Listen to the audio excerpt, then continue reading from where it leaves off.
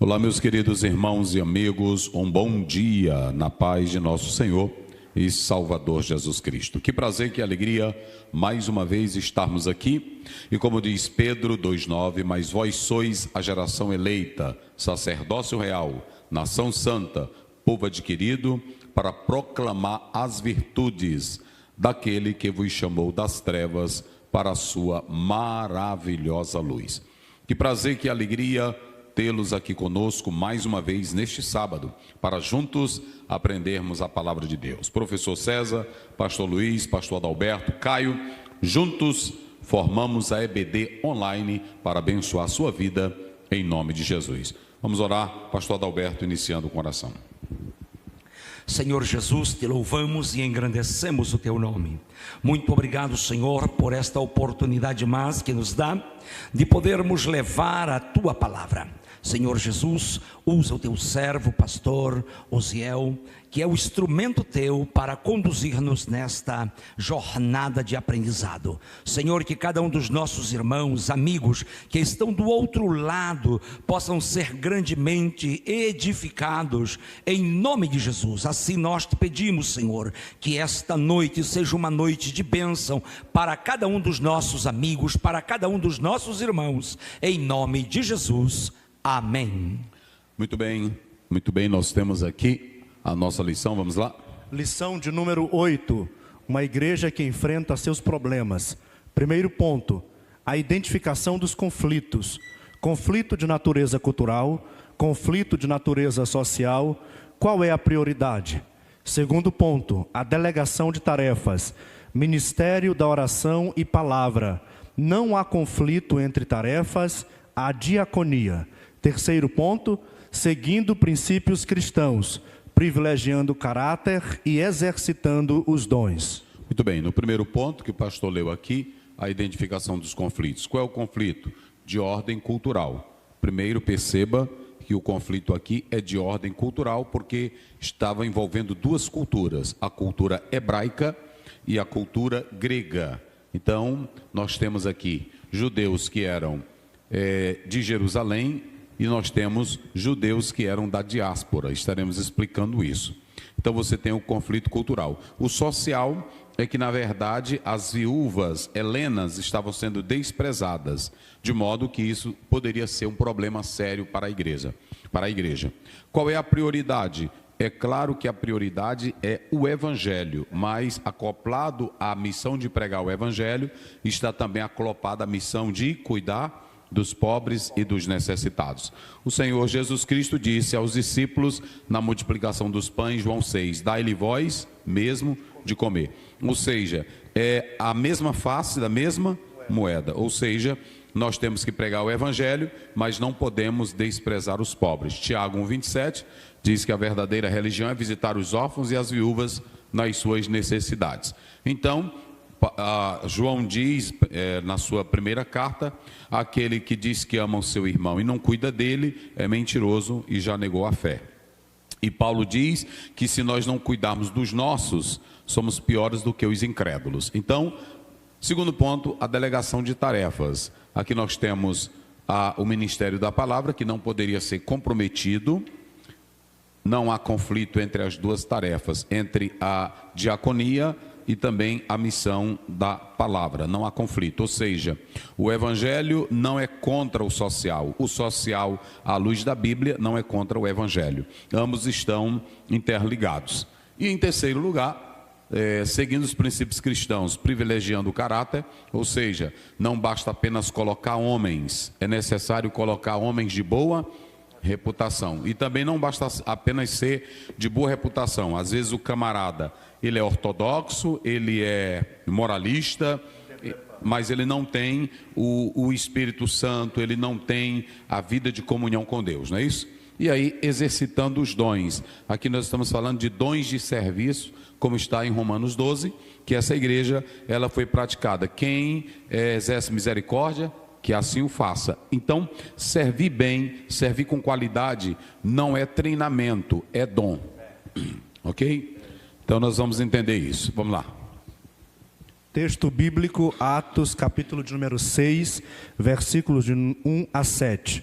Ora, naqueles dias, crescendo o número dos discípulos, houve uma murmuração dos gregos contra os hebreus, porque as suas viúvas eram desprezadas no ministério cotidiano. E os 12, convocando a multidão dos discípulos, disseram: não é razoável que nós deixemos a palavra de Deus e sirvamos às mesas. Escolhei, pois, irmãos, dentre vós, 7 varões de boa reputação, cheios do Espírito Santo e de sabedoria, aos quais constituamos sobre este importante negócio.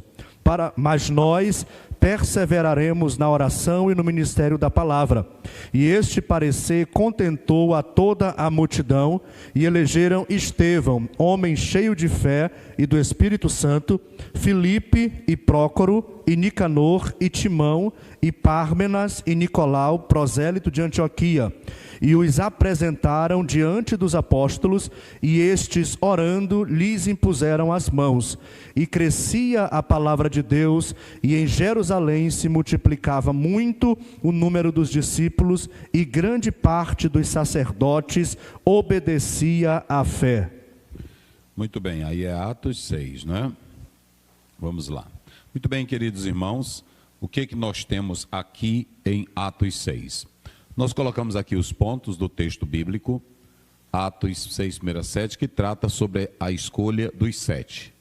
É isso que trata. Primeiramente, nós colocamos a causa do surgimento da liderança organizada. É bom aumentar mais um pouquinho, ficou muito baixo aí. A causa da liderança organizada.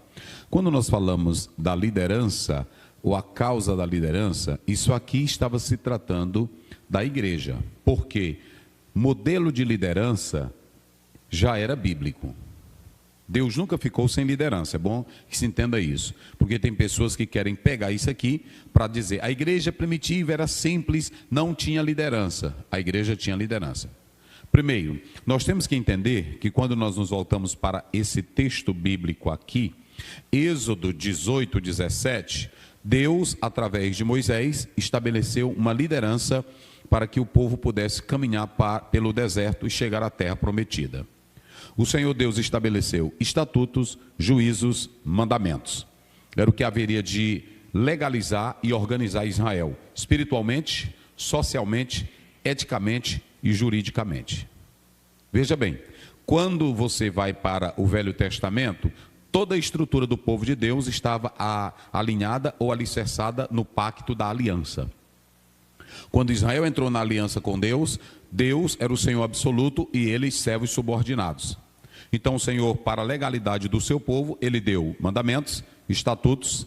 Isso aqui eu já expliquei várias vezes. Estatutos, mandamentos, não é isso? Fiz a diferença entre eles. Pronto. Aí o Senhor Deus colocou líderes. Primeiro Deus colocou Moisés. Aí Moisés, pelo conselho de Jetro, estabelece oficiais. Veja que tinha a liderança, príncipes, a liderança dos oficiais, a liderança dos cabeças das tribos. E quando você vai para número, você tem em números a organização das bandeiras de como cada tribo haveria de sair do acampamento de Israel. Ou seja, nunca existiu em momento algum da Bíblia um povo sem liderança. E quando você lê o último versículo de Juízes, veja lá, o último versículo de Juízes, do capítulo último de Juízes, você vai ver que quando não se tem liderança, anarquia, baderna, descentralização, confusão, tudo. Vamos lá. O último capítulo de Juízes. Juízes 21, 25. Naqueles dias não havia rei em Israel, porém cada um fazia o que parecia reto aos seus olhos. Então essa ideia de que não precisa de liderança e que cada um pode se congregar em sua casa, fazer o que quiser, ela desde o Velho Testamento até o Novo Testamento é totalmente antibíblica. Sempre Deus trabalhou com um modelo de liderança. Aí o Senhor Deus escolheu oficiais, o Senhor Deus escolheu os anciãos, o Senhor Deus escolheu sacerdotes, o Senhor Deus escolheu levitas e o Senhor dava os mandamentos. Ou seja, sempre houve organização. Quando você vê aqui a igreja se organizando, é porque agora está tendo um novo movimento, o movimento em Cristo. Mas os judeus, eles possuíam o templo, vocês se lembram? Eles possuíam o templo aonde adoravam, aonde se organizavam, e seguia a mesma lei do Velho Testamento. Com o surgimento da igreja, eles eram ainda vistos aqui como um ramo do judaísmo, não ainda separados. Então, dentro da igreja, eles não iam para o templo como igreja, mas se organizavam nas casas. Interessante observar que aqui ainda não tinha gentios. Não tinham gentios ainda dentro da igreja. Só tinha judeus, helenos e judeus cristãos. Aliás, judeus helenos cristãos e judeus de fala hebraica cristã. E aí, o que acontece? Muitos desses judeus helenos, eles voltaram para Jerusalém, foram se congregar em Jerusalém. Alguns estiveram no dia de Pentecoste e se infiltraram agora e se converteram a Cristo e passaram a fazer parte do mesmo grupo. Só que aí, dentro desse mesmo grupo, tem uma questão cultural. Porque você tem um ramo de uma pessoa só, de um grupo só, que eram judeus, mais judeus que foram espalhados, chamado de diáspora. Deixa eu explicar para vocês. A diáspora, ela começou em 722 a.C., quando muitos judeus, naquele caso ali da Síria, foram levados. Depois em 586, por Nabucodonosor.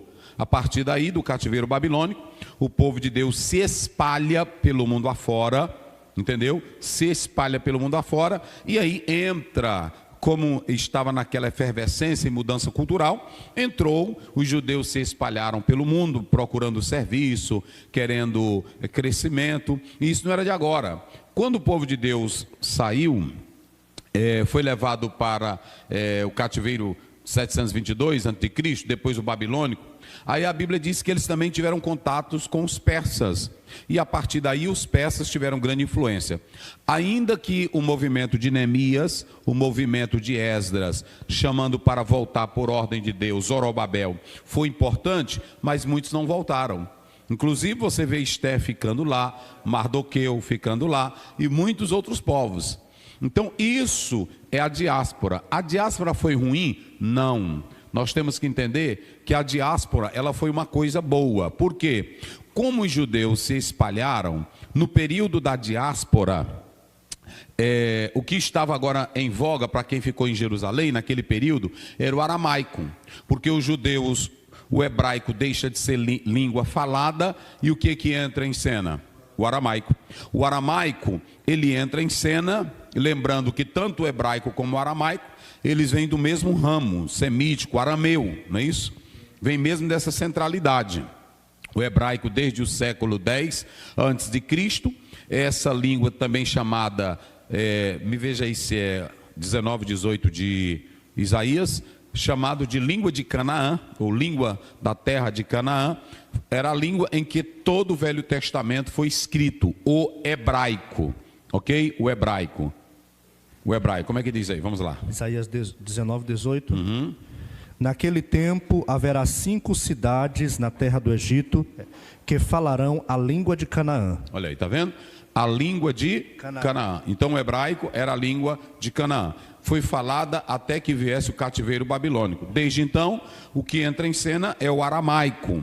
O aramaico entra em cena, mas o aramaico tem a mesma composição triconssonatal do hebraico. O hebraico tem 3 consoantes, não é isso? 3 consoantes. Por exemplo, vou colocar uma palavra aqui bem simples, né? Só um minuto aqui. Ok, vamos lá. Shalom, não é isso? Então veja que nós temos o aspecto triconssonatal. Aqui, aqui, aqui, não é isso? Aqui, aqui, aqui. Isso é normal, seria isso aqui, como vocês estão vendo, ok? Deixa eu colocar aqui, tá? Sem os acertos, não é isso? Então, 3 consoantes. Se vocês analisarem, Shalom, paz, você vai ter uma diferença no aramaico na questão da expressão fonética, na questão da expressão do som. Então, o hebraico, ele era a língua do povo de Deus, mas com o cativeiro babilônico, o povo de Deus se espalhando, entrou em cena o aramaico. Então, o aramaico entrou em cena.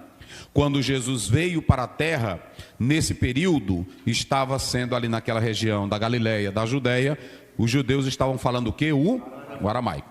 E os judeus que se espalharam, que não tinham tanto contato, eles começaram a ter a influência da cultura grega e aprenderam o grego, que é chamado de helenismo, aprender a cultura. Para os judeus que falavam o aramaico, que moravam em Jerusalém, que tinham contato com o templo, os judeus da diáspora ou helenistas não eram considerados judeus puros, não eram considerados judeus limpos. Por isso que o pastor Zé Gonçalves, nessa lição, ele começa a falar sobre questão cultural e questão social, mas ia mais do que essa questão. Porque tinha também uma questão de uma separação, que eles achavam que os judeus helenos não eram tão puros. Isso aqui é muito sério.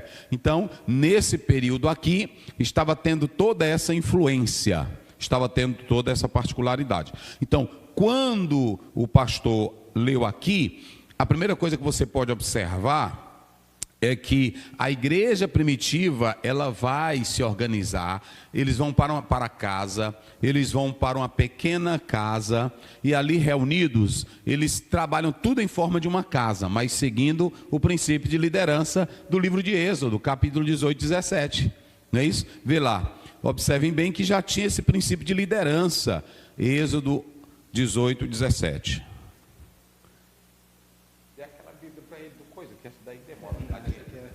Êxodo 18, 17. Isso.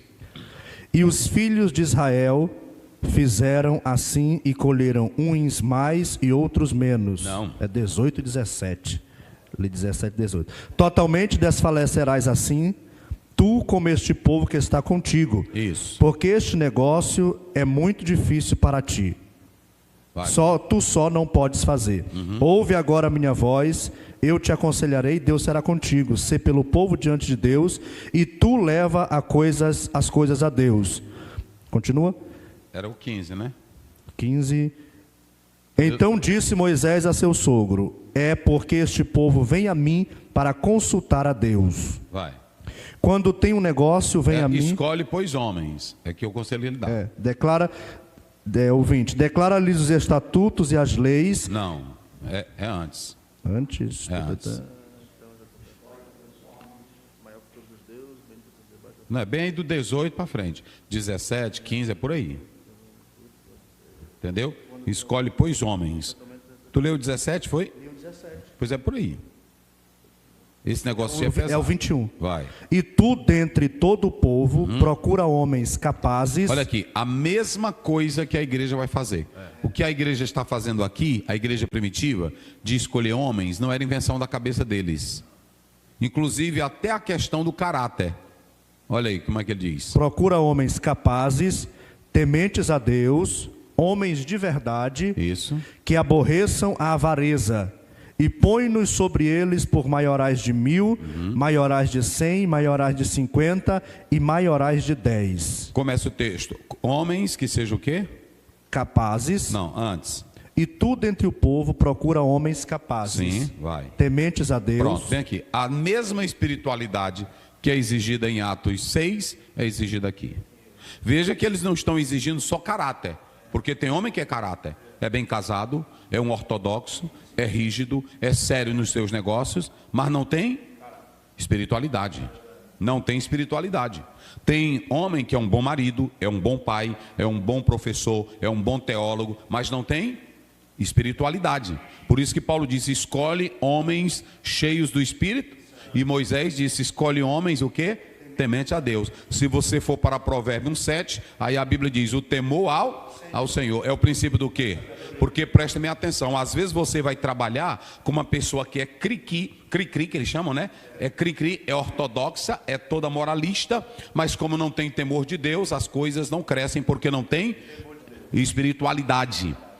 Quando um homem de Deus tem espiritualidade, ele não mexe no que é de Deus. Quando um homem de Deus tem espiritualidade, ele tem reverência com as coisas de Deus. Então, um recado de Deus para todo o Brasil: não coloque líderes que não tenham temor de Deus. Homem que não tem temor de Deus, vez por outra, ele pode surtar. É assim, ele pode quebrar a casa, ele pode quebrar tudo, ele pode surtar. E aí pronto. Agora, homem que tem temor de Deus, a Bíblia diz em Provérbios 7, o temor ao Senhor é o quê? É o princípio da sabedoria. Em Salmo 128, a Bíblia diz: o homem que teme ao Senhor, feliz serás de tudo tirar bem. Então veja que não basta apenas ser de caráter, ser um grande professor, ser um grande exegeta, ser um grande expositor. Tem que ser um homem espiritual. É claro que nós não estamos desprezando o ensino, nem estamos desprezando o caráter, nem estamos desprezando a boa vida. Agora, quando se fala das coisas de Deus, é necessário ter caráter e ter espiritualidade. Porque tem homens que não têm espiritualidade e não zelam pelas coisas de Deus como deveria. Tem pessoas que não têm temor de Deus e que zelam bem do Estado, é assim ou não é? Zela bem do patrimônio, mas ele zela simplesmente como um cumprimento do dever, como uma obrigação, e não por causa da sua própria natureza. Então, essa igreja, escutem bem, ela começou dentro de casa, não é isso? E qual foi a causa do surgimento dessa liderança organizada? O crescimento, porque nós estamos em Atos 6, e na primeira mensagem de Pedro, capítulo 3, quantas pessoas quase se converteram? 3.000. E aí de 3.000, quando você leu 5, passou para quanto? Para 5.000. Eles viram que a partir daí era preciso uma organização. E veio para o campo da igreja uma outra cultura, a cultura helena. Ainda que fossem judeus, mas não tinham contato, eles estavam espalhados. Então, aqui começa o surgimento. Essa liderança, ela não vai surgir para dar cargo para ninguém, para ter votação para eleger presidente.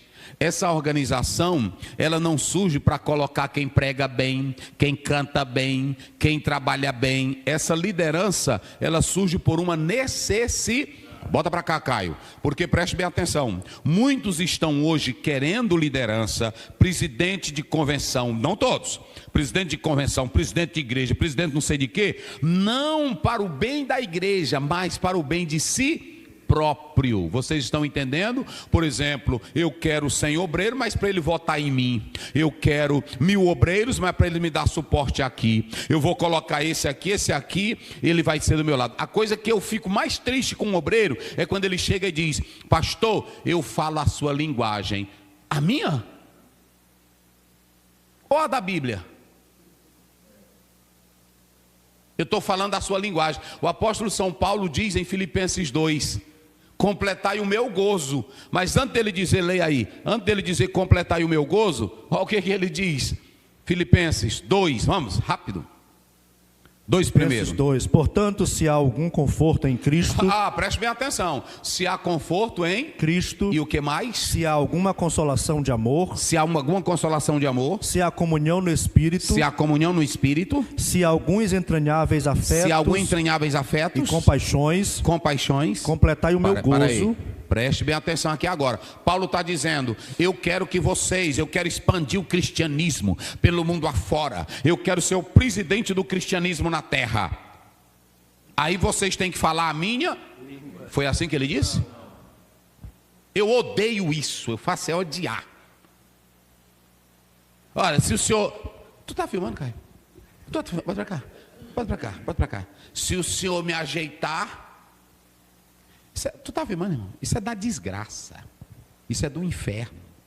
Porque você quer que se compactuar com ele ou com ela, para os dois tirarem vantagem do corpo de Cristo, que é a... Se o senhor me ajudar no meu salário, eu nunca vou ser contra o senhor. Se o senhor não me ajudar aqui, né, assim, eu voto nos seus projetos. Tu está filmando, irmão? Isso é da desgraça. Eu me revolto com essas coisas. Se o senhor aumentar meu salário, eu faço o seu joguinho. Compromete o corpo de Cristo. Em ambos casos, tanto em Êxodo 18 quanto em Atos 6, a liderança surgiu neste caso em particular, não por dar o cargo, mas porque havia uma demanda, uma necessidade no meio do povo. Pronto, o senhor pontuou bem, porque se você ver, o Jetro diz, tu vai morrer. E ele não dá cargo, dá função. Veja que o pastor colocou, meu Deus do céu, meu Deus do céu, meu Deus do céu. Veja que nos dois casos, irmão, as coisas de Deus são lindas, não é assim? Elas são lindas. Nos dois casos, Moisés está fazendo política, Moisés está querendo pessoas ao lado dele, para ele se engrandecer. Moisés quer botar o menino dele, inclusive Moisés teve 2 meninos, não teve? Que era o Gerson, Gerson, e rapaz, veio o nome do outro, são 2 filhos, não sei se é Eliezer, Gerson, não, veio, é Gerson, mas vê bem aí. Observem bem, é lá pelo capítulo 3. 2 filhos. Você vê alguma vez a Bíblia mencionando Moisés colocando os 2 filhos dele? Não. E olha que Moisés era grande, mas você vai ter um problema de um pai que vai cometer o mesmo erro de Eli, que ele não vigiou e colocou os filhos dele. Como era o nome dele? Samuel. Samuel colocou os 2 filhos e o povo diz assim: os teus filhos não prestam. Tem filho de pastor presidente que é chamado por Deus, tem filho de pastor presidente que tem a aprovação de Deus e do povo. Nós estamos falando daqueles que querem colocar filhos sem nenhuma chamada, só para manter a estrutura dele e se manter no poder. Pegou aí? Achou? 3 de Êxodo. Só achei o nome do Gerson. Não, mas qual tá aí. Teve um filho e chamou o seu nome Gerson. Isso, mas tem o outro. Tá bem aí. O Gerson. Agora eu falei, eu tenho que encontrar, que eu sou assim, eu não gosto de falar uma coisa da Bíblia e não citar ela, né? Tá aí. Muito bem. Olha aí, Jesse e Eliezer, não é isso? Pronto, tá aí, rapaz.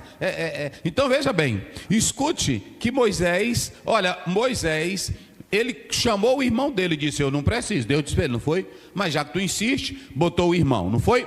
Mas veja que o irmão de Moisés, no meio da viagem, Números 12, se levantou contra ele, não foi assim? Se levantou contra ele, ele e a irmã. O Arão era sempre vulnerável. Se vocês analisarem no texto bíblico, na hora que veio o bezerro, o que foi que Arão fez? Não valorizou o irmão, não honrou o irmão. Irmão, tem gente ruim. Tem gente que, olha, tem irmão. Tu tá filmando, Caio? Bota bem aqui. Tem irmão que ele é o seguinte: irmão, eu nunca me levantei contra a liderança desse homem, mas também nunca contribuiu para ela. É assim ou não é? O Arão, ele ficava o seguinte: eu estou do lado do meu irmão, mas qualquer coisa que não desse certo, ele estava do outro lado. Tem líder, né? Tu tá assim, olha, não seja covarde, querido líder. Bota pra cá, Caio. Não seja covarde. É o seguinte: se você está com seu líder, se ele é sincero, honesto, verdadeiro, esteja ao seu lado. Agora preste bem atenção que o pastor Luiz leu ali. Se há alguma entranháveis afetos, se há alguma consolação em Cristo, não é isso? Se há algum comunhão no Espírito. Comunhão no Espírito. Veja bem, veja bem, não é falar minha linguagem. Se o pastor Luiz, ele trabalha comigo, lê a primeira coisa aí. Se há algum conforto em Cristo. Se ele tem conforto de Cristo, vai. Consolação de amor. Se ele tem Cristo, ele tem consolação de amor, não é isso? Vai. Comunhão no Espírito. Se ele tem Cristo, ele tem comunhão no... Vai. Entranháveis afetos e compaixões. Das entranhas, daqui de dentro, ele tem compaixão, ele tem misericórdia. Preste bem atenção. Pastor, que tipo de homem a gente deve botar na liderança? Homem que tem o amor de Cristo, homem que tem compaixão, homem que as entranhas se move para a misericórdia, para o amor, para o perdão, para a compaixão. Agora, homem que vem com essa história: se você me der isso, se o senhor me botar numa boa igreja, se o senhor me colocar aqui, eu faço isso e isso. Pode deixar esse camarada de mão, que ele não presta para nada. Isso, tu tá filmando? Escute aqui. E se o pastor presidente cai na dele, o pastor é tanto ruim como ele, porque não tem caráter. Hoje aqui não tem negócio não. Hoje aqui não tem negócio. Zé Gonçalo foi mexer com isso aqui. Eu já dei essa lição aqui, que vários comentadores já comentaram ela, não já? Por isso que eu estou tornando ela aqui de outra forma. Então, homens para liderar são homens que na verdade têm um caráter de Cristo. Vocês entenderam? Caráter de Cristo. Não é apenas formação, título. Então, observem bem que aqui essa igreja, o pastor Adalberto pontuou aqui, e eu quero reforçar. Veja bem, eu quero reforçar. Tanto em Êxodo 18...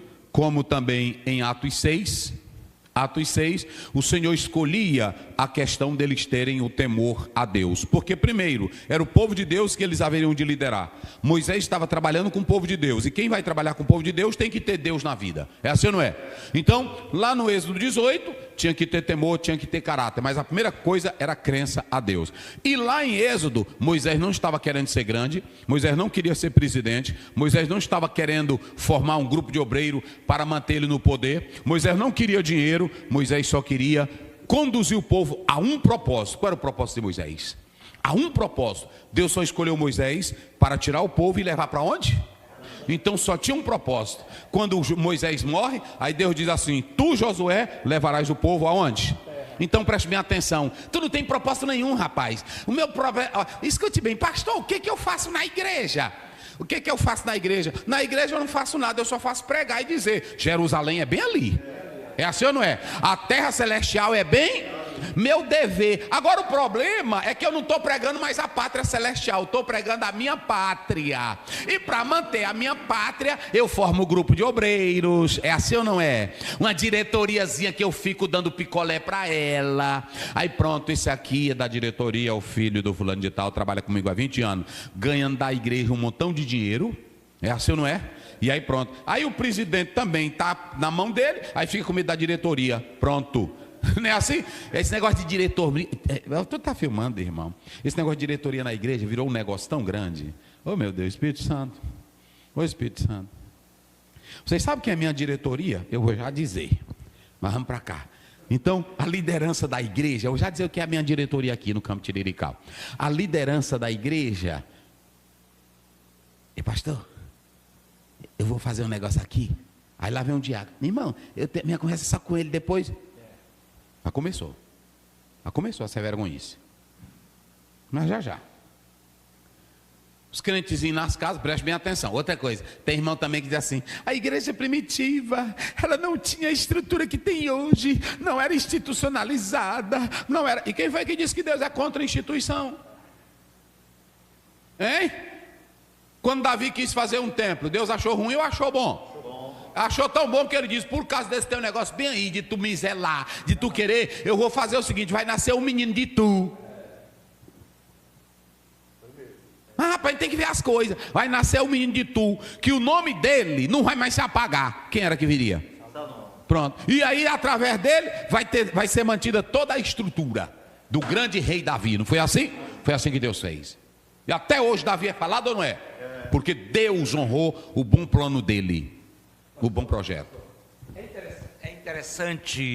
É interessante observarmos que tanto o caso de Moisés como o caso dos apóstolos, eles não estavam preocupados consigo mesmo enquanto levantar a liderança. Ele diz: nós temos a nossa missão, é pregar e orar.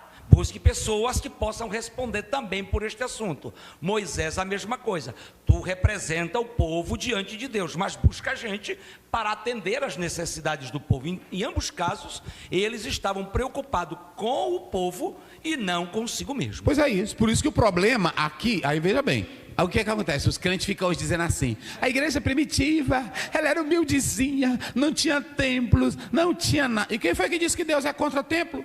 Olha para cá. Templo não altera igreja, estatuto não altera igreja. Sabe o que altera? É quem está na liderança. Se tem sede de poder, grandeza de poder, é assim ou não é? Porque Deus não está interessado no templo, tá não. Mas quando Davi disse que queria fazer o templo, ele disse: eu gostei, tu não vai construir, mas teu filho vai. Agora, se vocês não prestarem, se teu filho não me obedecer, se vocês não me honrarem direito, essa casa eu faço dela o quê? Um montão. Eu destruo ela na mesma hora. Porque a igreja pode ser pequena e se reunir só em casa, mas se tiver crente sem vergonha nela, o problema está na instituição? Hein? O problema está no estatuto? Não, o problema está em quem não tem temor de... Por isso que nos 2 episódios, 1, escolha um homem tementes a Deus. No 2, escolha um homem cheios do Espírito. A questão não é se tem templo, é pequeno, é grande. Não, porque aqui começou a crescer. E como começou a crescer, eles começaram a se organizar. Então essa liderança que começa a ser organizada mostra aqui que a igreja, porque tem irmão que diz: a igreja não tinha liderança. A igreja tinha. A igreja tinha Pedro, a igreja tinha Tiago, a igreja tinha os 12. Quem escolheu os 12? Jesus. E aí você pode observar em Atos 1, que quando morre Judas, ele diz, ele não tinha parte nesse bispado porque não era digno. Aí escolheram Matias, não é assim? Voltou a ter o número de quanto? 12. A igreja tinha liderança. Só que, como o pastor Adalberto falou aí, a liderança era para pregar, era para servir o povo, era para expandir o evangelho, era para cuidar da igreja. A liderança nunca foi para enricar, para botar filho para ser hereditário, não era para monopólio do poder, não era, como é o nomezinho que dá na política? Tem um nomezinho, rapaz.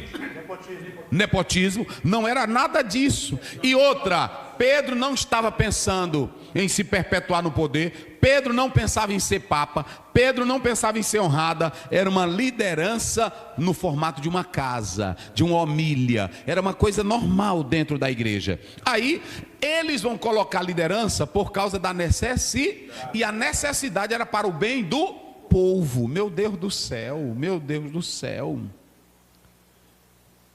Mas hoje como é que alguns apresentam? Para ter voto. Como é que alguns apresentam? Para não perder o poder ali. Por que alguns apresentam? Porque fulano é do meu lado. Fulano é do meu lado. Se eu não botar ele... Tem obreiro que sabe que esse crente aqui não vale nada. Ele bota para ser pastor. Só porque ele anda falando dele. Aí para ele não falar de mim, eu dou um cargo para ele. Para cá, Caio. Dê cargo para Satanás na igreja. Dê cargo para crente ser vergonha, para ruim. Depois ele mesmo te mata. Porque cargo não transforma. Quem transforma é evangelho. É assim ou não é? Cargo não transforma. Tem irmão que diz, olha, eu vou sair da igreja porque não me deram cargo. Aqui ele não presta e na igreja que ele vai, ele também não presta. Porque cargo não muda crente. Deus não está dando cargo, Deus dá função. Ok? Então o que acontece? Essa igreja aqui era simples, era ou não era? Mas tinha uma coisa, a liderança que ela escolhia não era liderança para tirar proveito humano, era liderança para o bem da obra de Deus e não deixar prejuízo. Então, vamos já falar disso. Segundo, essa igreja, ela começou nas casas, mas tinha uma coisa que mantinha ela. Sabe o que era? A oração e a palavra. Entendeu? Porque o que mantém a igreja não são os templos, não são as bandas, não são os seminários. Tudo isso é importante. O que mantém a igreja é a oração e a palavra. A outra coisa, essa igreja, ela não colocava no meio dela qualquer tipo de embrulho velho ou pacote velho que não prestava. Era só homens de quê? De boa reputação. Pergunte quantas mulheres Pedro teve. Pedro era tão bem casado que até gostava da sogra. Era assim ou não era? É desse jeito. Hoje os camaradas velhos já teve 5 mulheres pregando evangelho. Está aí dirigindo igreja. Entendeu? Dirigindo igreja. Vocês sabiam que os pais da igreja, eles diziam que até um pastor, que os filhos não prestassem, ele não poderia ser pastor? Vou parar por aqui, Jesus. Aí nós temos aqui 2 tipos de judeus. Quais eram os 2 tipos de judeus? Gregos e hebreus. Nós temos aí o que era, pastor? Gregos contra os hebreus. Os gregos contra os hebreus. Contra os hebreus. Deixa eu dizer uma coisa. Quando você atenta para os gregos que o pastor está falando aqui, dessa diáspora que nós já falamos aqui, da Assíria, não é isso? A Assíria 722, eu já falei isso aqui, não já? E aí judeus ficaram espalhados no Egito, na Alexandria, judeus foram espalhados para Antioquia, judeus foram espalhados para Sírio, para Éfeso, para Corinto. Em todas essas cidades tinham judeus. E os judeus que não podiam ir ao templo se valiam das sinagogas. Mas quando vieram para Jerusalém, ali naquela igreja passou a ter 2 tipos de quem? De judeus. Os judeus gregos e os judeus de fala aramaica, que nós já falamos. Os judeus falavam o hebraico que antigamente tinha forma lá do Paleolítico, mas que depois do cativeiro babilônico adotaram a forma quadrática, essa forma aqui, por isso que é chamada de forma quadrática. Deixa eu colocar aqui, ok, ó, assim, quadrática, certo? Mas se você analisar a questão do Paleolítico antes, você vai ter uma outra estrutura, depois vem para essa forma quadrática, que é a forma que vem para o hebraico moderno, ok? Vem para o hebraico moderno. Então, o Ivirite, o hebraico moderno, ele tem a sua característica quadrática. Então, preste bem atenção. Se vocês analisarem dentro dessa estrutura, nós vamos ter alguns idiomas quando Jesus veio a esta terra. Quero destacar isso aqui para os irmãos. Aí você tem a língua. Qual era a língua que estava agora em evidência quando os judeus estavam aí no tempo de Jesus? O aramaico. Aí, do outro lado, nós tínhamos o aramaico, que era falado pelos judeus. Mas qual era a outra língua mais forte do que o aramaico? O grego. Então, o grego era a língua internacional. Era o inglês, o grego e o aramaico lá no Oriente era a língua que se tornou franca, que se tornou comercial, que se tornou importante, não é isso? Então, para vocês terem uma ideia, era essa a língua. A cultura grega, ela era mais forte do que a cultura hebraica, porque a cultura hebraica, aramaica, ela era mais local. Sim.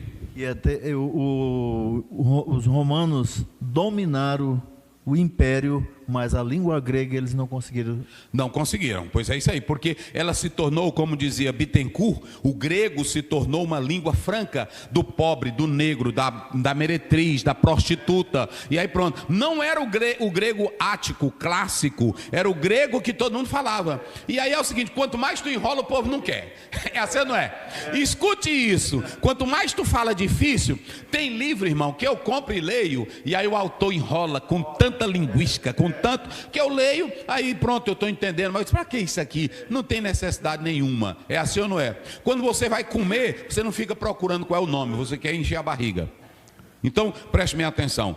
A língua era o grego koiné, que era o principal. Aí nas sinagogas, escutem bem, deixa eu dizer uma coisa, os judeus que passaram a falar o aramaico, não quer dizer que eles não entendessem mais o hebraico. Porque se vocês analisarem, tem um debate, qual língua Jesus falou? Não tem? Tem. Não tem isso aí? Eu vou te mostrar hoje. Olha bem, já que eu volto para cá. Pastor, qual língua Jesus falou? Eu vou te mostrar. Para comunicar, você tem que interagir. Veja bem. Pronto. Nós temos o aramaico. O aramaico era a língua falada no dia a dia. Todo judeu falava o quê? O aramaico. O hebraico não era mais falado, mas o hebraico ele era usado para a liturgia, ele era usado no dia a dia, aliás, na liturgia, na adoração e no culto, passou a ser visto como uma língua mais santa. E o koiné era a língua internacional, a língua do império. Pronto, ok? Aí depois você vai ter também o latim, não tem o latim? Quando Jesus morreu, botaram só no idioma a frase na cruz? Botaram em quantos? 3 idiomas. Ou seja, naquela época era normal um cidadão falar 3 idiomas. Não era questão de cultura, de ser erudito, era questão de necessidade. É assim, não é desse jeito? Porque tem gente que pensa que falar outro idioma é cultura. Não, tem pessoas que não sabem nada de gramática e aprendem outro idioma. É simplesmente porque está convivendo. É assim ou não é? Ele está convivendo, está vendo ali, pronto, que é isso aqui, é eggs. Eggs, é ovo, né? Aí pronto. Aí quando ele chega lá nos Estados Unidos, como vários brasileiros saem daqui, aí chega lá, né? Eu quero, I want two eggs, né? Eu quero eggs, pronto, ele quer isso ali. Eggs, ovos, né? Assim. Aí ele vê água, water, né? Water, pronto. Aí ele diz, water please, água por favor. Pronto, mas é uma questão de necessidade, não é de, mas fulano é muito erudito. Não tem nada a ver não, é porque é uma necessidade. É assim ou não é? Pronto, aí o irmão chegou lá nos Estados Unidos, o pastor me contou, um trabalhadorzinho daqui, e ele doido para comer uma pizza de frango, mas ele não sabia falar pizza de frango. Aí pronto, aí ele disse, I want two. Aí ele diz, olha, aí disse, sim, aí ele botou a pizza de frango para ele comer. Ou seja, quem é que é a necessidade. Então escute bem, nós temos aqui o aramaico, que era a língua falada na Judéia, naquela região entre os judeus, a língua franca daquela região. Aí nós temos o hebraico, que caiu depois do cativeiro babilônico, passou quase 3.000 anos aí sem ser língua falada, mas era usada para a liturgia, para o culto, para a pregação, para os sábios. Eles faziam isso. Inclusive ainda hoje tem judeu que sabe o hebraico moderno, mas não sabe o hebraico bíblico. Entendeu? Um Taná agora com o moderno, porque o judeu que não entende o hebraico bíblico, ele entende o do hebraico moderno. Então eles copiaram a Bíblia no hebraico moderno, um Taná. Pois é, então veja bem, aí nós temos, vamos lá para não esquecer, isso aqui tudo da diáspora. Aí os judeus falavam o aramaico. Quando Jesus chegou, qual era a língua que estava em evidência? Era não, O grego estava, mas era entre os judeus. Qual era? Pronto. Então Jesus falou o quê? O aramaico. Agora preste bem atenção. Jesus falava o aramaico. Jesus falava o hebraico. Pastor Ziel. Vamos ver se Jesus falava o hebraico. Vamos aí para Lucas 4. Vamos lá. 4, 16, 20. Lucas 4,16. E chegando a Nazaré, onde fora criado num dia de sábado, segundo o seu costume, na sinagoga levantou-se para ler. Na sinagoga levantou-se para ler. Aí não era o aramaico falado, era o hebraico. Vamos lá. E foi-lhe dado o livro do profeta Isaías, e quando abriu o livro, achou o lugar em que estava escrito: Vai. O Espírito do Senhor é sobre mim, pois que me ungiu. Pronto, tá bom. Ele falava o que aí? Ele foi ler o que? O hebraico. Ele não estava lendo em aramaico, porque para a liturgia o judeu só usa o hebraico. Para eles é sagrado. Eles nem colocam, eles não querem nada de impresso, é só no rolo. Falei. Inclusive, até o Novo Testamento, a língua é grega, mas a cabeça é hebraica, é semitizado, se chama porque, por isso que alguns até usam isso aí, o próprio judeu, ele que não é religioso, ele não entende essa questão, por isso eles desprezam o Novo Testamento. E aí Jesus, se vocês analisarem, ele cresceu na região da Galiléia dos gentios. E qual era o idioma que era forte na Galiléia dos gentios? Dos pobres, dos necessitados, da meretriz, da prostituta, do negociante. Qual era o idioma falado? Não, entre os outros povos. Era o grego. Então, preste bem atenção, era a língua falada. E se eu estou andando em toda aquela região, será que eu não sei grego? Jesus sabia grego? Então Jesus falava grego, gente. Jesus falava grego. Vamos ler Mateus 8. 8, 5, 13, rapidinho. Jesus. Aramaico. Mateus 8. Isso. 5, 13. 18, 5 a 13. Mateus 8. Sim. 5 a 13. E entrando Jesus em Cafarnaum, chegou dele junto um centurião rogando-lhe, dizendo: Senhor, o meu criado jaz em casa paralítico e violentamente atormentado. E Jesus lhe disse: Eu irei e lhe darei saúde. E o centurião respondendo disse: Senhor, não sou digno de que entres debaixo do meu... Preste bem atenção, Jesus estava falando aí com um judeu ou com outra pessoa de fora? Então, para ele falar com outra pessoa de outra cultura, que não sabia o aramaico, ele tinha que falar outro idioma. Prosseguindo, tratando o assunto com a igreja. Veja que quando o problema aconteceu, os apóstolos chamaram quem? É aqui que eu quero dizer. Eu tenho aqui a minha liderança de pastores, que é o grupo de pastores que trabalham no campo comigo, com alegria, com amor, 100 e tantos pastores, não é assim? Então tudo eu chamo os pastores, nós temos a nossa reunião, e eu não faço um projeto sem primeiro comunicar, e eu peço a aprovação deles. Eu não boto projeto meu, eu coloco em apreciar. Depois que o colegiado decide, eu levo, eu digo para o colegiado: pastores, vocês não são o dono da igreja, como eu não sou. Eu tenho que levar o caso para quem? Para a igreja. Aí eu trago para a Assembleia Geral. A Assembleia Geral é quem decide. Por que eu vou fazer isolado? Se os crentes são quem dizimam, os crentes é quem dão oferta, os crentes é quem dão os dízimos. Então eu tenho que liderar junto com quem? Com o povo. Veja que foi a primeira lição que os apóstolos deram aqui. A primeira lição que os apóstolos deram é que, na verdade, eles foram tratar o assunto com quem? Com a igreja. Pode ver aí, vamos lá, olha aí. E os 12 convocando a multidão dos discípulos. Os 12, veja que aqui tem líder. Não era o povo que quem convocava. Quem era que convocava? Os 12. Os 12 convocando, vai. Convocando a multidão dos discípulos, disseram: não é razoável. Pronto, que só aí. Então veja bem, eles não lideravam isso, ó. Tem pastor que tudo que ele compra é só, o que ele faz é isolado, é só com uma diretoriazinha. Pra cá, Caio. Pastor, acabe com essa diretoriazinha da sua igreja agora. Pastor, o senhor está sendo contra o estatuto? Não, eu estudo direito. Você pode colocar membros na diretoria eleito pelo povo, sim ou não? Escolhido, mas não viva presozinho a um grupinho que vocês fazem uma panelinha e come o dinheiro da igreja todinha e não comunica nada para a a igreja. Veja bem, aqui o que é que eu faço? Nós temos o estatuto, temos a nossa diretoria, formado pelo vice, não é isso? Presidente, vice, aí vem secretário, tesoureiro, conselho fiscal. Eu tiro do meio do próprio povo. Aí é o seguinte, mas tudo que eu vou fazer, eu não vou só com a diretoria, eu vou primeiro com o colegiado de pastores, aí eu vou com a diretoria, aí eu apresento a toda a igreja. É assim que eu faço. Porque nessa negócio de diretoria fica tudo escondido. Aí também o camarada da diretoria, para proteger o chefe, ele está o quê? Comendo. O chefe também está comendo. O filho do secretário que está fazendo o quê? Comendo. A prima da mesa está fazendo o quê? A tia da mesa está fazendo o quê? Diretoria. Irmão, conheço esse esquema todinho.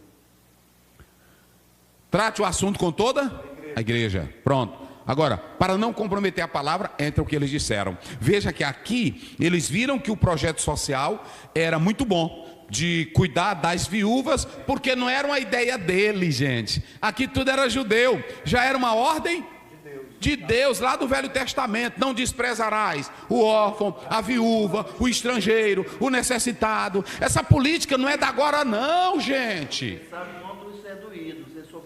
Vocês sofreram no Egito, vocês foram escravos. Então, esse negócio aqui, eles não estão inventando nada da cabeça deles. Não era uma política, olha, vamos inventar um social. Era bíblico. Já estava na cultura judaica, enraizada, era bíblico. Não era nada da cabeça deles, não. Porque tem irmão que quer, eu vou criar um projeto social aqui para a igreja. Precisa, não é só tu olhar para a Bíblia. Faz o que a Bíblia está dizendo. Aí pronto. Então, eles, para não comprometer a palavra, eles disseram, olha, nós estamos crescendo. Vocês sabiam que os apóstolos também cuidavam das mesas que envolviam as finanças? Eles cuidavam. Mas eles viram que o negócio cresceu. E se eles ficassem só com o social, ia comprometer o quê? A oração e se eles ficassem só com social, a igreja se transformaria numa prefeitura, a igreja se transformaria num sindicato, a igreja se transformaria numa ONG, e igreja não é ONG. A igreja faz o social, mas a ênfase da igreja é a oração e a palavra. Pronto. Aí, vamos aos 7 escolhidos. Vamos lá. Quem eram os 7 escolhidos? Lê aí, vamos lá. E este parecer contentou a toda a multidão, e elegeram Estevão, homem de fé e cheio do Espírito Santo, Filipe e Prócoro, Nicanor e Timão, Pármenas e Nicolau, prosélito de Antioquia. Veja que toda essa estrutura aqui, ela é espiritual. Tem um social, que era cuidar dos pobres, mas homens para cuidar dos pobres teriam que ser o quê? Espirituais. Homens que Moisés ia escolher teriam que ser o quê? Tementes a Deus, que era espírito. Porque um homem que não é espiritual, ele não vai amar os pobres. O Judas foi escolhido ou não foi? Mas era espiritual? Não. Tudo que ele via fazendo com Jesus, o que ele dizia? Isso é demais. E preste bem atenção, ele tinha a linguagem dos pobres. Isso aí nós podíamos dar aos pobres. E ele andava era roubando da bolsa de Jesus e nunca dava para os pobres. Era assim? Irmão, é negócio sério, irmão. Então veja bem, duas coisas iam qualificar os 7. Quais eram as 2 coisas que iam qualificar os 7? Primeiro, vida cheia do Espírito Santo. Vamos colocar 3. Vida cheia do Espírito Santo, bom caráter. Era assim? Pronto. Quando eu falo de cheio do Espírito Santo, o pastor Zé Gonçalves não sou eu não, está bem aqui no livro dele. Não é, olha, eu estou todinho arrepiado. Não. Olha, eu estou rodopiando. Vida cheia do Espírito Santo é uma vida comprovada em obras e palavras. Você prova no dia a dia que você é cheio do Espírito Santo no seu caráter. Quando você lê Levítico 19, terminar aqui, eu quero que você leia, lá no 19, 18 e 19 de Levítico. Aí Deus diz assim, sede santo porque eu, vosso Deus, sou. Aí quando você prossegue a leitura, aí ele diz, não use 2 pesos, não use 2 medidas, não despreze, não pratique sexo esse, sexo aquele. Ou seja, vida cheia do Espírito Santo, é você ser justo, é você ser fiel, é você ser sincero, é você não roubar, é você não mentir. Que tem uns que pulam, não tem? Tem uns que rodopiam, não tem? Mas não presta para nada. Manifesta-se pelo caráter e pelo fruto, como está em Gálatas 5, 20, 21. Mas o fruto do Espírito é o quê? Amor, gozo, paz, longanimidade, benignidade, fé, mansidão, temperança, domínio próprio. É isso aqui. Ou seja, como diz o pastor Zé Gonçalves nessa obra dele, igreja que não tem caráter compromete o evangelho que ela prega. Vocês entenderam? Igreja sem caráter, um líder sem caráter na comunidade, eu vou perguntar, a igreja vai se congregar? Os católicos vão lá? Então, bota cabra velho que não presta, bota cabra velho que não tem sinceridade, bota homem velho só doido por dinheiro, doido por ser grande.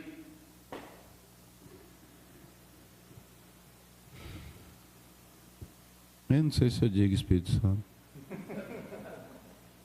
Não, vou dizer não.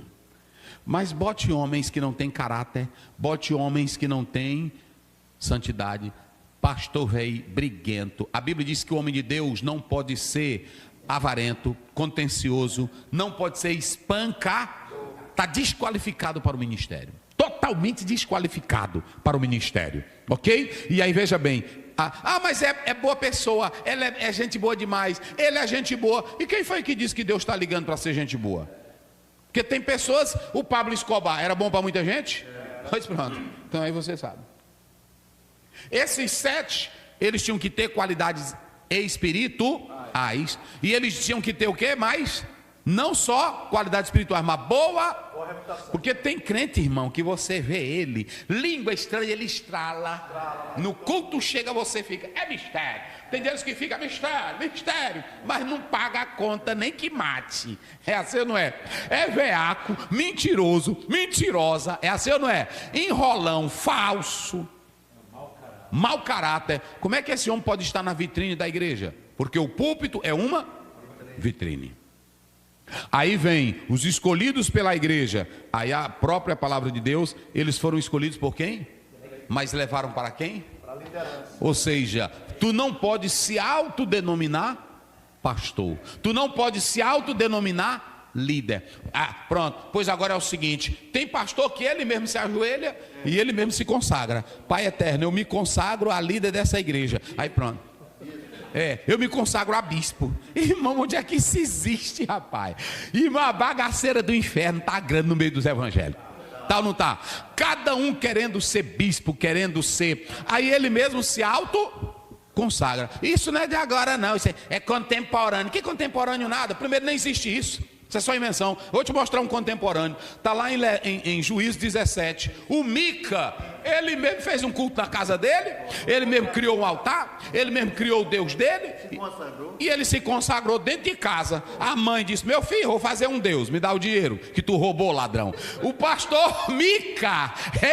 Pastor Mica era o quê? Ladrão. Irmão, tem muito ladrão. Consagrado. A mãe dele mesmo. A mãe dele era bispa, consagrou ele, não foi? Ele se consagrou. Aí passou outro sacerdote dos danitas. Passou os danitas, mas tinha um da tribo de Levi, não era isso? Vê lá, Juízes, para mim não dizer errado. Irmão, eu gosto da Bíblia. Eita, rapaz, é lá no 17. Vai rapidinho. O homem da montanha de Efraim, cujo nome era Mica, o qual disse a sua mãe as 1.100 moedas de prata. Pode passar, dos levitas. Isso aí eu já falei. É o que vai passando. Levita. Aí, o levita. Aí o levita, velho, não tinha trabalho. De Belém, da tribo de Judá. Da tribo de Judá. Vagabundo. Ele andava, onde chegava? Andava peregrinando aqui. Tu é vagabundo. Ambulante, irmão, homem de Deus. Às vezes eu vou pregar numa cidade, irmão. Pastor, fica um mês aqui com a gente. Irmão, tem o que fazer, irmão. É assim? Eu não sou vagabundo. Aí, irmão, quando você vê um homem passar um mês fora de casa, sem mulher, oh meu Deus, eu estou fazendo a obra de Deus. O John Wesley, o casamento dele não prestou, porque ele priorizava. Irmão, tem muita coisa que a gente tem que estudar. John Wesley, tem muita história boa dele, mas eu fui lá e eu não vi nada da mulher dele. Quando você chega no George Miller, tudo tem da mulher dele, ele mais ela, foto com ela. E eu perguntei para a senhora lá do museu, cadê a mulher do John Wesley? Aí ela disse, não, ele não vivia bem com a esposa. E a esposa dele acusava ele de quê? De namoro, mandar cartinha para as mulheres. Sei não. Eu estou aonde? Aprovado pela liderança. Tem que ser aprovado pela líder? Quem foi que escolheu? Porque quem tem que escolher é o... Porque quem é que sustenta pastor? Quem é que mantém o pastor? Então o povo tem que dizer, nós queremos esse líder porque ele presta no dia a dia, no comércio, na rua, no casamento, na escola, pronto, dentro de casa, ele é o marido né? Eu não estou falando de pregador, ai, mas ele prega bem. Pronto, o diabo prega também. A primeira hermenêutica quem fez foi o diabo, mesmo errada. E quando vai com Jesus, Salmo 91, ele cita ou não cita? Tudo errado, mas citou a hermenêutica. Pronto, o diabo é teólogo, irmão, o diabo é teólogo, é pregador. Pronto. E outro ainda é crente, já falei para vocês. Escolhidos pela igreja, mas aprovados por quem? Aí eles, quando escolheram, levaram para quem? Pedro, lá, vai dizendo o nome aí. E os apresenta... Estevão. Olha, aqui está o Estevão. Esse aqui, Pedro, cabra velho bom. Para os 12. Olha, esse aqui, cheio de fé. Cheio de fé do Espírito Santo. Oh, rapaz. Felipe. Aí, aqui é o segundo, está aqui o segundo. Felipe. Pastor Pedro, está o segundo. Felipe. Prócoro. Cabra velho bom. Felipe aqui é bem casado. Tem uma família bonita. Está lá em Atos 21, as meninas profetizam. Ei, a casa dele é de bênção, né? Ei, o Felipe, velho. Isso aqui paga a conta, viu, Pedro? Felipe paga a conta, vai. Prócoro. O Prócoro. Aí pronto, isso aqui é o Prócoro, gente boa. Isso aqui é crente, cheio de fé, do Espírito Santo, vai. Nicanor, velho, rapaz, isso aqui é gente boa, cheio de Deus, cheio de fé, é homem de caráter, vai. Timão, gente boa, vai. Pármenas, crente também, cheio de fé, vai. Nicolau. E Nicolau. 7 homens que a igreja dava testemunho. Homem, olha para cá, homem que a igreja não dá testemunho dele, não bote no ministério, pastor. A igreja era quem aprova, não é o pastor quem aprova. Quem é que aprova? O pastor só apresenta a quem? A igreja. Porque o pastor não pode selecionar no quartinho dele o diácono que ele quiser. Ele não pode selecionar na escondida a liderança que ele quiser. Quem é que tem que aprovar? Eu fui para o ministério, antes de eu ir para o ministério eu pregava. Aí os irmãos chegavam lá em casa: pastor, o senhor sabia que o senhor tem um pastor dentro de casa? Aí o pai disse: quem é? É do seu filho, Oziel. O irmão não conhece o Oziel como pastor. Mas é porque eu ia para os cultos no interior e tudo. Aí eu pregava e visitava os crentes. Aí os crentes chegavam. Eu me lembro uma vez, num domingo, uma velhinha na igreja pegou um papel e disse: pastor, o senhor não bota seu filho para pregar, porque o pai era duro. Aí pronto. Aí botou o papelzinho. Depois do culto, ele jogou, amassou e jogou. Aí depois eu vi o papelzinho. Aí pronto. Aí quando foi um dia, ele disse: vamos ouvir ele hoje pregar. Aí pronto. O outro irmão chegou para o meu irmão Luiz Carlos, lá do Peritoró, disse para o pai: pastor Bené, o senhor já viu o pregador e o professor que o senhor tem dentro de casa? Aí o pai disse: quem é? Ele disse: é seu filho. Irmão, o Zé não sabe dar aula não, irmão. Eita glória! É desse jeito. E aí pronto. Mas eu achei ruim isso? Não. Aí nem foi meu pai que me apresentou. Já foi um outro pastor, pastor Amarante, que me levou. Aí depois o meu pai me chamou para trabalhar com ele. Ou seja... E eu achei isso ruim? Não. Eu achei bom porque depois eu entendi, para eu chegar no ministério e dizer: não foi o meu pai que me colocou aqui. Não é assim? Eita, coisa boa. Então tem que ser aprovado pela liderança. Aí eles pegaram, apresentaram 7 cabras bom. Irmão, como é que o pastor está sabendo que o cabra é namorador e bota a mão nele? É sem vergonha e bota a mão. E Paulo disse: não impõe as mãos. Ou seja, não faça política. Impor as mãos é fazer políticas erradas. Tu sabe que o cabra não presta, tu sabe que ele é sem vergonha. Aí pronto, não é assim? Um dia um pastor chegou aqui e eu disse para ele, pronto, depois que mostraram o vídeo, disse: meu pastor, eu gosto muito do senhor, mas o senhor não dá mais para ser pastor, mas o caso vai para a convenção. Esses seus vídeos que eu estou vendo aqui, não dá para o senhor. O senhor pode ser caminhoneiro, o senhor pode ser, não é assim? Que é uma boa profissão. O senhor pode ser engenheiro, que é uma boa profissão. Mas pastor tem que ter vida santa. Porque preste bem atenção, irmão. Um grande médico, ele pode ter a vida dele, mas ele pode beber, ele pode sair, pode curtir. Não é isso? Porque é a vida dele. Agora o pastor não. Pastor é diferente. Tem que ter outra vida. Quem quiser, aí pronto. Impor as mãos não era transferir poder. Impor as mãos não era transferir o mistério. Impor as mãos é dizer: nós estamos aprovando esses homens. E em último lugar, aí a igreja diz que por causa disso, o testemunho da igreja aumentou. Leia. E crescia a palavra de Deus. Pronto. E em Jerusalém se multiplicava o número dos discípulos. Olha, então, cheio do Espírito Santo, essa liderança dessa forma autenticava, fortalecia o testemunho da igreja e da palavra. Porque é o seguinte: pode pregar bem, mas se no meio da igreja só tem cabra que não presta, o povo vai crer? Pode fazer social, mas se a igreja é toda enrolada, o povo vai crer? Então pronto. Como é que diz aí o primeiro ponto? Vamos lá. O problema de natureza cultural e social, comunidade judaica hebraístas, comunidade de judeus helenistas. Então, quando o pastor fala problema cultural, social, nós já explicamos, não é isso? Vai lá. Uma grande divisão poderia ter surgido. Ou seja, se Pedro e os apóstolos não tivessem tomado uma solução, ia criar um problema maior. O grupo dos judeus iam se separar, ia ficar a briga litigiosa entre quem?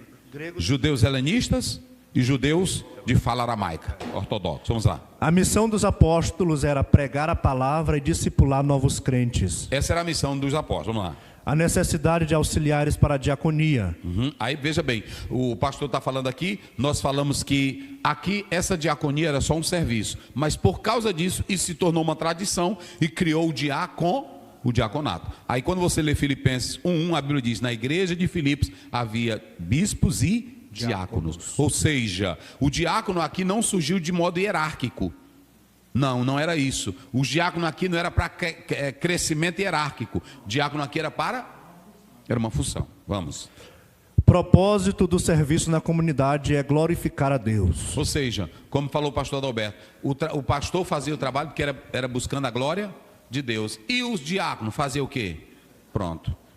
Justiça e ética social na Igreja Apostólica. Veja bem, vou resumir. Quando a gente fala de justiça, simplesmente nós queremos dizer que a justiça é a igualdade e o direito a todos. É valorizar as pessoas pelos direitos que ela tem, pela pessoa que ela é. Isso é justiça social. Veja bem, quando eu falo de justiça social, eu estou querendo que a sociedade, no seu todo, viva de modo igualitário, tendo acesso à educação, à escola e etc e tal. Quando eu falo da ética, a ética ela me dá princípios e valores para me dirigir naquilo que é certo e naquilo que é errado. Ela lidera ou ela organiza o meu comportamento. Isso é ética. Justiça social, onde é que está, pastor? Aqui, ó. Justiça e ética social na Igreja Apostólica. Justiça e ética social na Igreja Apostólica. Pronto, olha aqui, ó. Justiça e ética social na igreja. Então, a justiça é essa parte social, dá direito a todos. Quando você pega a Constituição Federal, está lá, não é isso? E a ética, ela trata de princípios que regulam o nosso comportamento, certo? Quando você vem para a Bíblia, a justiça não é apenas a legalidade. Por isso que eu disse, tem gente que só quer fazer justiça se tiver aonde? Na lei. Irmão, pronto. Agora preste bem atenção. Tem gente que só respeita o sinal vermelho porque está onde? Na lei. Agora, quando você é transformado pelo lado de dentro, tu não precisa de uma lei para te dizer que não pode ultrapassar. Você tem um senso de responsabilidade. Pronto, não, isso aqui eu não posso fazer. Isso aqui eu não posso. Até quem vê um animal do outro inimigo caído, ele tem um sentimento de Deus. Eu vou tirar aqui porque eu tenho temor de Deus. Então, na Bíblia, a justiça social é procurar fazer a vontade de Deus e expressar o amor em retidão. E quando se fala dessa justiça social, aí você vai ler Amós 5:24, Miqueias 6:8. E a ética bíblica é viver de acordo com a palavra de Deus. Se eu tenho a ética bíblica, ela diz que eu não posso ser um mau caráter. Eu tenho que ser um crente de boa reputação, cheio do Espírito Santo, corresponder com o evangelho. Lá no judaísmo, o judeu tinha que corresponder com a Torá. E no Novo Testamento? Com o evangelho. Vamos lá. O que significa cuidar da mesa na esfera social e financeira? Isso, tá aí, vamos lá. Verdadeiro crescimento saudável é feito de pessoas de vida exemplar e de caráter. Tá vendo? Sem uma vida exemplar e sem caráter não funciona, é isso? Quando não se tem qualificações para exercer o ministério diaconal, pastoral, mestre, etc. Quando não se tem essa qualificação que você coloca, é um estrago na igreja. Deixa eu até pontuar, abrir um parênteses aqui. Você tem aqui, eu não sei se eu coloquei, pastor, mas vai lendo aí, vai. O que é uma vida cheia do Espírito Santo? Demonstrar em palavras e obras o que Cristo fez. Já falamos. Delegando autoridades aos servos, não espiritualize os problemas, tirando da esfera social. Veja bem, a igreja tinha um problema social, tinha ou não tinha? E esse problema social, ele poderia também se transformar em um problema espiritual, separar no corpo de Cristo, não é assim? Mas eu pergunto, eles transformaram o problema social em espiritual? Problema social era problema? Porque preste bem atenção, tem problema social porque tem irmão que diz assim, o irmão está pobre, chega na casa, está pobre, não cresceu. Irmão, é porque tu não ora, tu és uma desgraça, amaldiçoado, tu veio para esse mundo para ser amaldiçoado. mas não é questão de... Essa pobreza dele ali é devido a uma questão falta de políticas públicas, o governo roubou da educação, da saúde, dos hospitais, dos empregos, e não tem nada. Aí aquele irmão está pobre, é por causa do diabo? É por causa de quem? Das políticas, falta de políticas públicas, falta de organização. Então eu tenho que ter cuidado. Os negros, que é o meu caso, os morenos, os homens de pele escura, eles sofrem porque vieram amaldiçoados. Não, é porque botaram nós há muito tempo debaixo de escravidão. Bora. Justiça e ética social nos profetas bíblicos. Forte consciência social. Distinção entre movimento profético e a instituição profética. Dimensões do compromisso ético dos profetas. Então veja bem, aí o pastor, aí tu está onde aí? No Justiça e ética social nos profetas. Justiça e ética social. Profetas. Quando você pega o profeta e no Velho Testamento, os profetas, eles denunciavam as injustiças, a opressão dos pobres, exploração econômica e a corrupção religiosa. Depois você pode ler. E no Velho Testamento, nós temos no Novo Testamento, temos 3 grandes homens que denunciaram a corrupção, a injustiça social. Quem quer apelar o nome deles? 3. João Batista, ele disse para os soldados não roubarem, ele disse para ser justo, não foi assim? O outro, Paulo falou, mas vamos pegar 3 fortes. Primeiro, vamos colocar na escala de ordem, Jesus. Segundo, João Batista. E terceiro, ele é um apóstolo, que ele escreveu uma carta só metendo pau em gente que é injusta. Tiago, pronto. Tiago, o apóstolo Tiago, você lê a carta todinha. Ai de vós ricos miseráveis. É assim ou não? Ai de quem trata os outros maiores e menores. Não foi assim? Tiago é uma lapada tremenda. Se você quiser acompanhar isso, Lucas 3, 10, 11, João Batista. Jesus denunciou quem explorava os pobres, está em Mateus 23. Tiago 5, 1 a 6 e assim vai. Aí você tem movimento profético e movimento profético e instituição. Antigamente os profetas surgiam do nada, para ser contra o rei, ser contra os exploradores, eles não tinham eles vinham direto de quem? De Deus. Depois foi se criando as escolas dos profetas. Qual é o problema da instituição? Não tem problema nenhum o profeta ser de uma instituição. Só que quando ele começa a ser de uma instituição, qual é o perigo? Hein? Qual é o perigo? Veja bem, movimento profético, não é isso aí, pastor? Movimento profético e instituição profética. Quando se fala do movimento profético, ele surgia da crise, no meio da crise, ele era ordenado ele não vinha do rei, ele não vinha de uma escola, ele não vinha do palácio, ele era ele surgia do nada para não se comprometer com a instituição. Supervalorizar a instituição em detrimento de Deus. Pronto, então, aquele que é ligado a uma instituição, e hoje tem pastor... Tu está filmando, Caio? Bota para cá que hoje tem pastor que é chamado para pregar o evangelho, ele está pregando a corrente dele.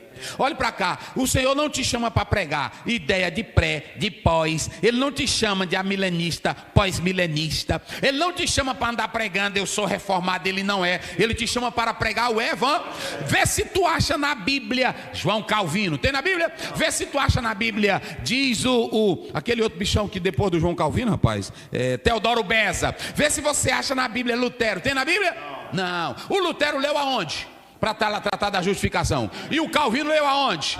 Então por que eu sou reformado? Tu é um besta. Porque a minha Bíblia, ela diz que o homem de Deus tem que ser profeta. E profeta não está ligado a nenhuma instituição.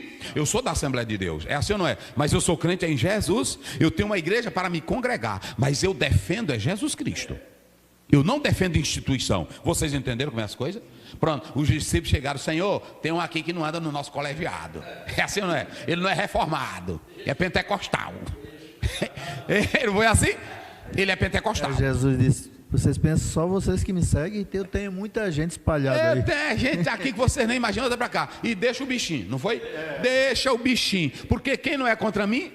E quem comigo não ajunta? Se ele está usando o meu nome, falando é porque ele crê em mim. Aí pronto, onde é que Jesus defende calvinismo? Onde é que Jesus defende pentecostalismo? Ele defende o evangelho dele, é a palavra. Irmão, isso aqui é muito sério, porque preste bem atenção. Eu posso ser o profeta do movimento profético, surgindo na crise, Deus me levantando, mas eu tenho que ter cuidado, porque a minha instituição, ela pode me transformar, não no pregador do evangelho, mas me transformar no quê? No pregador do quê? Pronto, fale isso aí, para não dizer que sou eu. A instituição, neste caso, pode obrigá-lo a ser um propagador, não do evangelho, senão da instituição. Então hoje, tem um bocado que não prega o evangelho. Prega institui, prega o seu seminário. Eu sou formado no Dallas, eu vim do Cambridge, eu vim do Theological Seminary, né, assim, sendo besta. Seja um profeta. Profeta surge na crise. Profeta surge do nada. E quem é que manda o profeta? É Deus. João Batista, qual era a escola de João Batista? João Batista foi formado aonde? E Jesus veio de onde? Qual era a escola que veio? E os apóstolos até disseram, eles não têm letras. Letras não era que analfabeto. Eles não são de uma escola. Quais eram as duas escolas na época? A escola de Léo e Chamai. E aí Pedro era de qual escola? Rapaz, vai caçar o quase, rapaz. Escola da Galileia, do lago. Deixar de orar. Isso. E anunciar a palavra. Então já está muito claro. Isso. O mensageiro, ele deve levar a mensagem e não a instituição. Pronto. E aí, movimento. Explicamos, pastor, isso aí? Pronto, né?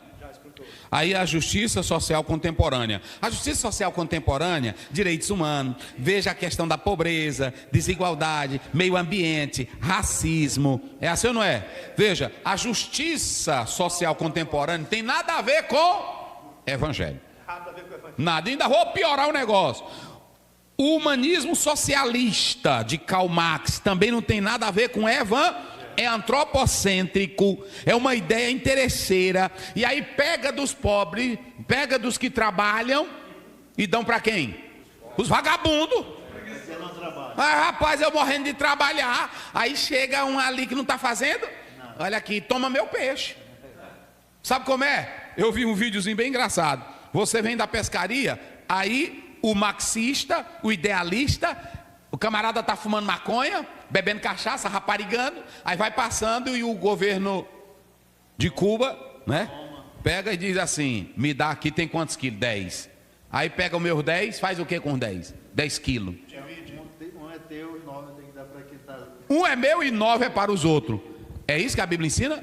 Não. Veja que a justiça social da Bíblia era espiritual. Ela não era antropocêntrica, ela era teocêntrica. Também não coma. Verdade, vai trabalhar preguiçoso. Meu peixe não é assim? Hoje, irmão, essas políticas, o Brasil não avança por causa dessas políticas, não é assim? A política só de agradar, aí o voto fica como? De cabresto, preso. Vamos ficar de pé? Deus abençoe, em nome de Jesus. Terminou, pastor? De ler aí? Justiça social, o senhor falou o último aí, na contemporaneidade. Pronto, já falei, está tudo explicado aí. Pastor Frazão, ore e o pastor Luiz dá a bênção apostólica. Pai, nós te louvamos, Pai, por tudo, ó Deus, pela tua palavra, pelo ensinamento, Senhor, que possa, Senhor, ficar em nossos corações, Pai, em nome do Senhor Jesus. Que a graça do nosso Senhor Jesus Cristo, o amor de Deus, o nosso Pai, a comunhão e a consolação do Espírito Santo seja com todo o povo de Deus, desde agora e para sempre.